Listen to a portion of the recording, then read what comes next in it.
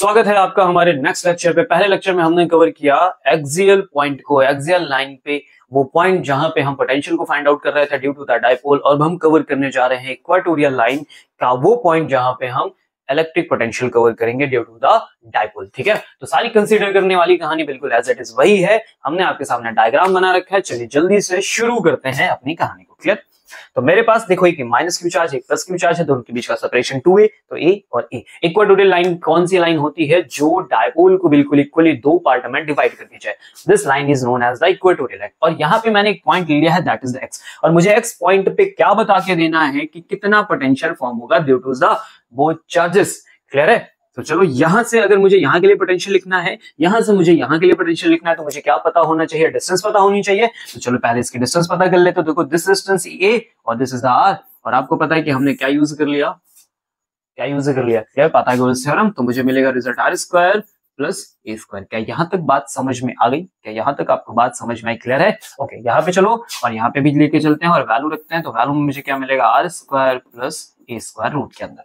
Clear होगी? इतनी सबको बात समझ में आई? ओके, तो पहला पोटेंशियल और दूसरा पोटेंशियल लिखना है मुझे, तो ये हमने खिसकाया ऊपर और शुरू कर देते हैं अपनी कहानी को। तो सबसे पहले मैं लिखूंगा potential due to the minus Q at x point. Clear? कोई दिक्कत परेशानी नहीं? क्या लिखोगे? v minus Q is equal to फॉर्मूले में 1/4πε0 q, नेगेटिव का डिवाइडेड बाई r। कितनी डिस्टेंस है सर आपकी? तो r square plus a square. Simple. अब चलते हैं प्लस की वजह से लिखते हैं। तो यहां पे मैं लिखूंगा v of plus q at where, तो एट x पॉइंट। लिखा हमने। चलो फॉर्मूला देखो क्या बना, v plus Q is equal to, कितना फॉर्मूला आ रहा है मेरे पास? तो मैंने लिखा 1/4πε0, चार्ज है q, डिस्टेंस तो सर वापस वही है r square plus a square. और फिर मुझे क्या करना होता है? मुझे निकाल के देना होता है इन दोनों का नेट रिजल्टेंट।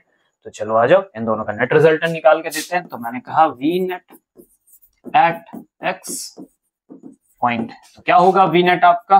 तो दोनों को ऐड कर दीजिए, माइनस क्यू वाले पोटेंशियल और प्लस क्यू वाले पोटेंशियल को आपस में। तो 1/4πε0 माइनस का है तो q बाय अंडर रूट में r square plus a square, plus 1/4πε0 q by under root के अंदर r square plus a square. अब ध्यान से देखेंगे दोनों वैल्यू सर बिल्कुल एक जैसी हूबहू है। एक वैल्यू प्लस में है और एक वैल्यू माइनस में है, तो ये दोनों एक दूसरे को ले डूबेंगे। तो ले डूबे, रिजल्ट कितना आया? 0। इसका मतलब जब भी हम इक्वेटोरियल लाइन पे पोटेंशियल का कैलकुलेशन करने जाएंगे तो पूरी इक्वेटोरियल लाइन पे जो रिजल्ट होगा ड्यू टू द डाइपोल वो 0 होगा। किसी भी पॉइंट पे आप चले जाओ, कौन सी लाइन? इक्वेटोरियल लाइन, हर बार रिजल्ट कितना होगा? 0 होगा। क्या बात समझ में आ गई?